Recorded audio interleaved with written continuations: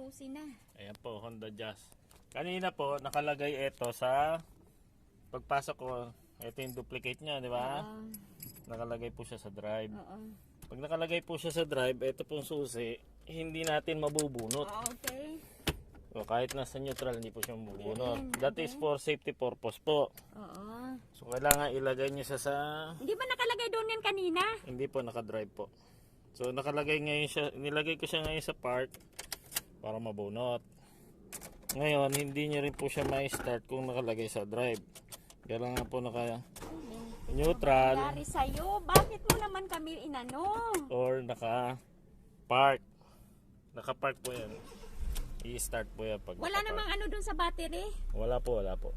Pagka yung pong eto, normal po yan, iilaw yung battery pag naka-on lang. Tsaka yung sa oil. Okay. Pag i-start po nyo, dapat po yan mawawala. Ibig sabihin, nagcha-charge po yung kanina battery. nga nakatusok dyan. Nakatusok, di ba? Pag start ko, umiilaw lang, ayaw gumana. Ang akala ko lobat. Oo, kasi po meron pang safety feature po ito. Okay, Na pag sige. naka-drive, pinatay nyo, naka-drive po yan. Oo. Hindi nyo po siya may start. Oo. Naka-start, naka-neutral, pwede nyo po siyang may start. Pero pag para hindi nyo po makalimutan, hindi nyo mabubunot yung susi pag hindi nyo binalik sa park para meron kayong safety Ay, feature saan ba na nakalagay kailangan yung kanina dyan? nasa drive po.